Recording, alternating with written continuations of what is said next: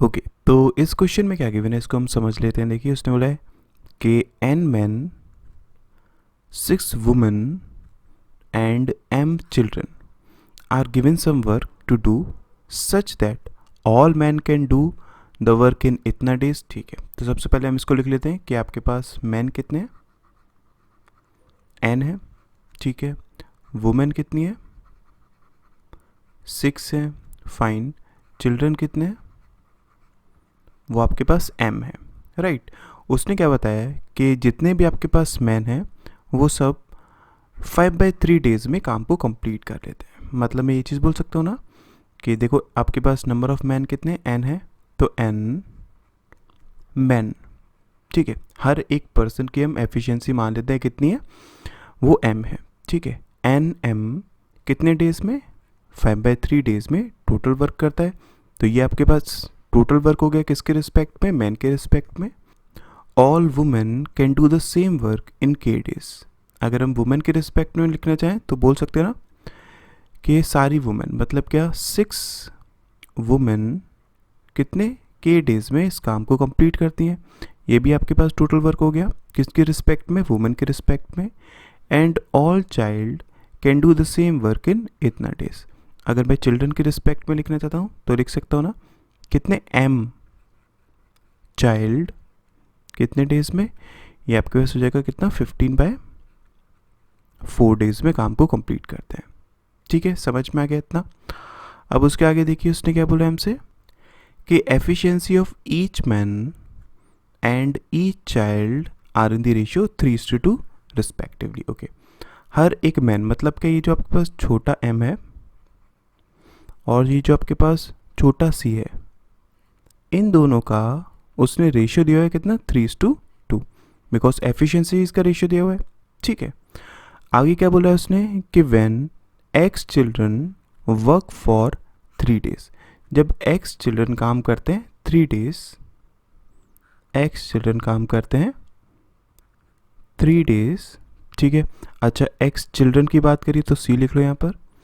Fine, then the remaining work is completed by 3 women in 3 days. Okay, तो जो बाकी का बचा हुआ काम है वो कौन कंप्लीट करता है, 3 वुमेन कितने डेज में, 3 डेज में। तो ये बराबर किसके हो जाएगा, टोटल वर्क के हो जाएगा। ठीक है, इस इक्वेशन को ध्यान में रखिएगा। इतनी आपके पास इंफॉर्मेशन है। उसने बोला क्या है कि आपके पास x की वैल्यू निकालिए, मतलब आपको इसकी वैल्यू फाइंड आउट करनी है। तो इसको हम किस तरीके से कर सकते हैं, थोड़ा समझिए। अगर मैं बात करता हूँ इसकी और इन दोनों की, तो इन दैट केस में क्या लिख सकता हूँ, देखो आपके पास n, m की जगह मैं 3 लिख सकता हूँ। ठीक है, इसको 3y मान लीजिए, इसको 2y मान लीजिए।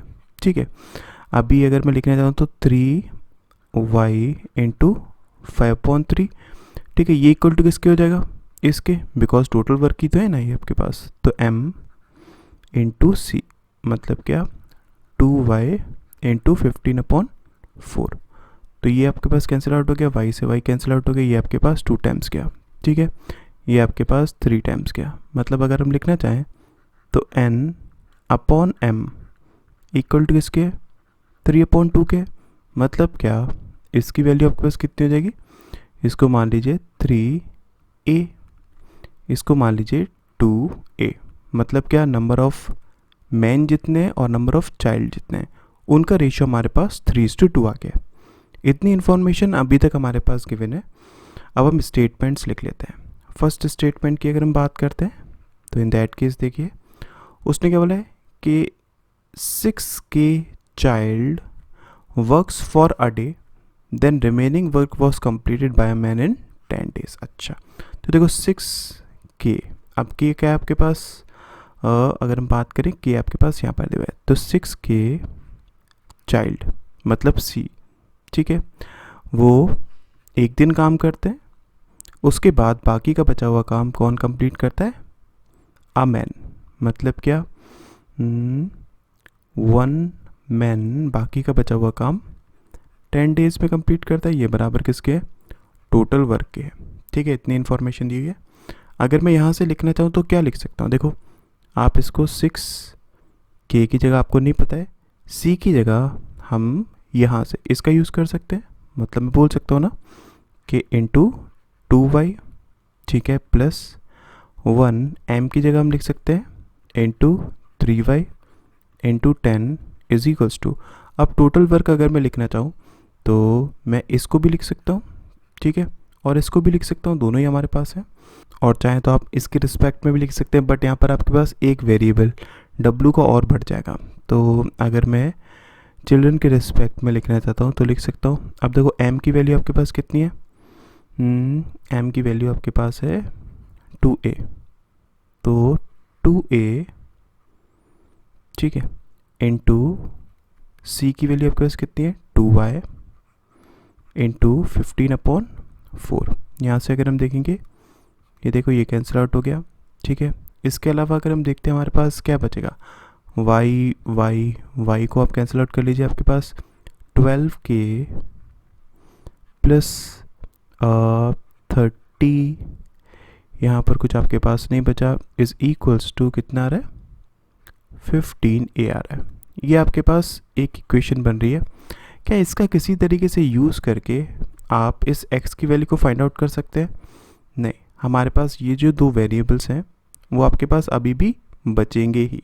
इसका मतलब क्या है कि फर्स्ट अलोन तो सफिशिएंट नहीं है इसके आंसर को फाइंड आउट करने के लिए। चलिए सेकंड की बात करते हैं हम लोग। सेकंड में उसने हमें क्या बताया, देखिए उसने बोला है कि n+13% children can do whole work in इतना डेज। अच्छा, अगर n की हम बात करें, n की जगह हम लिख सकते हैं ना कितना 3a प्लस 13, ठीक है, परसेंट ऑफ चिल्ड्रन। अब चिल्ड्रन है कितने, अगर हम बात करें 2a है, ठीक है, और इनकी एफिशिएंसी क्या हो जाएगी, अगर हम यहाँ से लिखना चाहते हैं तो 2y लिख सकते हैं, ठीक है। ये जो है वो कितने डेज में 2n+3 डेज में, मतलब 2n+3 कितना 3a प्लस 3 डेज में टोटल वर्क कंप्लीट करते हैं। अब टोटल वर्क बराबर किसके हैं, अगर हम लिखना चाहें इसका यूज़ करना चाहें तो हम लिख सकते हैं ना, देखो आपके पास m की वैल्यू कितनी है, वो है 2a इंटू चिल्ड्रन की एफिशिएंसी कितनी है, वो है 2y, ठीक है, इंटू कितना 15/4, ठीक। इसको अगर हम सॉल्व करेंगे तो देखिए ये आपके पास यहाँ पर कैंसिल आउट हो गया, ये आपके पास 50 टाइम्स गया, ये 2 टाइम्स गया, ये 25 टाइम्स गया, ठीक है, 3 से ये 5 टाइम्स गया। तो अगर हम बात करें हमारे पास क्या आ जाएगा कि 3a plus 13 a plus 1 is equals to 125, ठीक है। यहाँ से अगर हम बात करें ये आपके पास कितना जाएगा 6, इसको हम लिख सकते हैं कितना, ये आपका जाएगा 3a² plus 3a plus 13a plus 13 into 2 यहाँ पर, और ये 125, ठीक है। और ये आपका जाएगा कितना 6a² प्लस, यहाँ से अगर हम बात करेंगे तो 16a plus 26 minus 125 is equals to 0, ठीक है।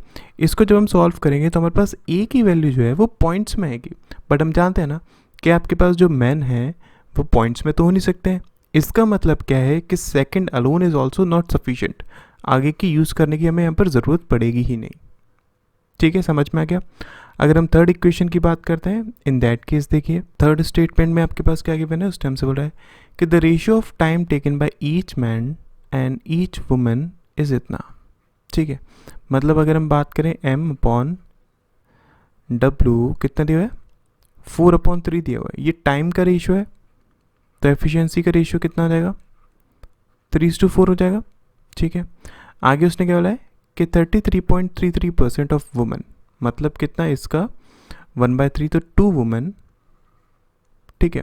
अब वुमेन की जगह हम 4 लिख सकते हैं, fine, and all children together. अब देखो चिल्ड्रन कितने m है, मतलब हम लिख सकते हैं ना 2a, तो 2a इंटू चिल्ड्रन।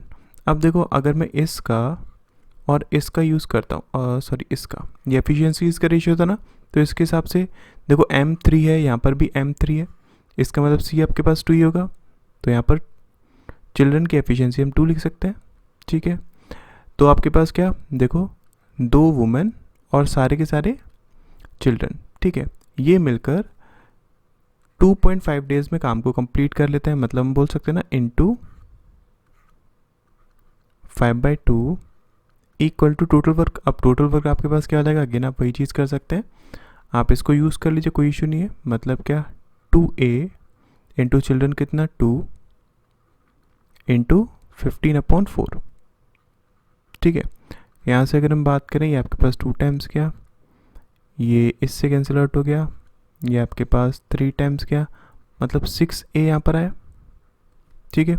ये आपके पास कितना हो गया, ये आपके पास हो गया 4A प्लस 8। तो A की वैल्यू कितनी है आपके पास, 4 है। A की वैल्यू आपके पास 4 आ गई, मतलब ये वैल्यू आपके पास कितना हो जाएगा, 12 हो जाएगा, ठीक है। और ये वैल्यू आपके पास कितना हो जाएगा, 8 हो जाएगा, फाइन।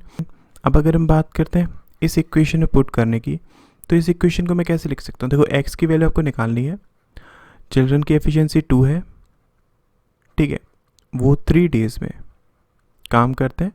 उसके बाद 3 वुमेन, तो 3 वुमेन की एफिशिएंसी हमें पता है कितनी है, 4 है, इंटू 3, ठीक है, ये इक्वल टू इसके टोटल वर्क के। अब टोटल वर्क आपका कितना हो जाएगा, अगेन आप वही चीज़ करेंगे, क्या इसको यूज़ कर लीजिए, तो हम बोल सकते हैं ना, ये आपके पास चिल्ड्रन कितने हैं, 8 है, तो 8 इंटू, और हर एक चिल्ड्रन की एफिशिएंसी कितनी है, 2 है, 2 इंटू 15/4, ठीक है।